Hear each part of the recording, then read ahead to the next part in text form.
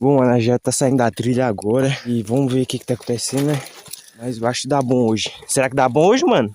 Tá bom. Tem que dar, né? Pegar naquele velho. Ficar aqui não tá foto? Então, deixar mais... Mais caro.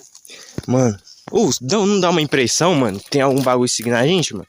Mano, que é bizarro. Olha. Tem outra trilha aqui, sabe disso, mano? Você já foi nessa trilha aqui já? Aqui, tem outra aqui. Tem uma aqui e outra aqui. Não? Não? Ô, louco. Mano, aqui a gente tem que ficar um pouco mais baixo, porque é perigoso ter pessoa aqui. Tem uma trilha ali, mano. Eu não sabia disso. Talvez um dia eu vou lá, né? Pra testar essa trilha. Porque já tá começando a escurecer, galera. Sério mesmo. Tá começando a ficar de noite, mano, essas horas mesmo. Já falei, já não é bom ficar aqui.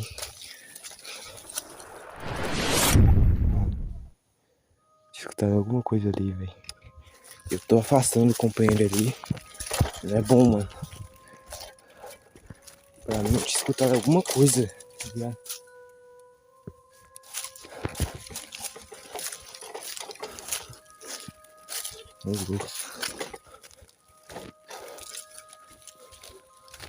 Tá tudo começando a ficar fechado, ficando de noite também. A gente tem que tomar mais cuidado aqui, mano. Olha. Mano, dá uma impressão que a gente tá sendo seguido aqui, velho.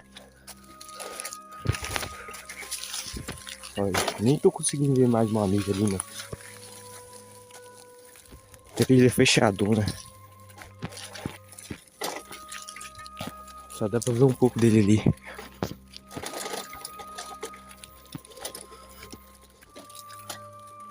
Mas vamos ver que a gente consegue sair daqui, velho.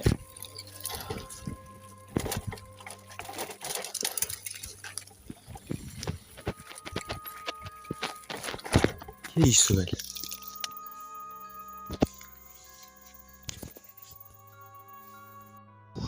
Que gambiarra que a gente fez pra sair dali, né? Estou. Pô, mas realmente dá uma sensação estranha ali, né, mano? Já tá quase ficando de noite, velho. O Lucas agora pode vazar, né, não?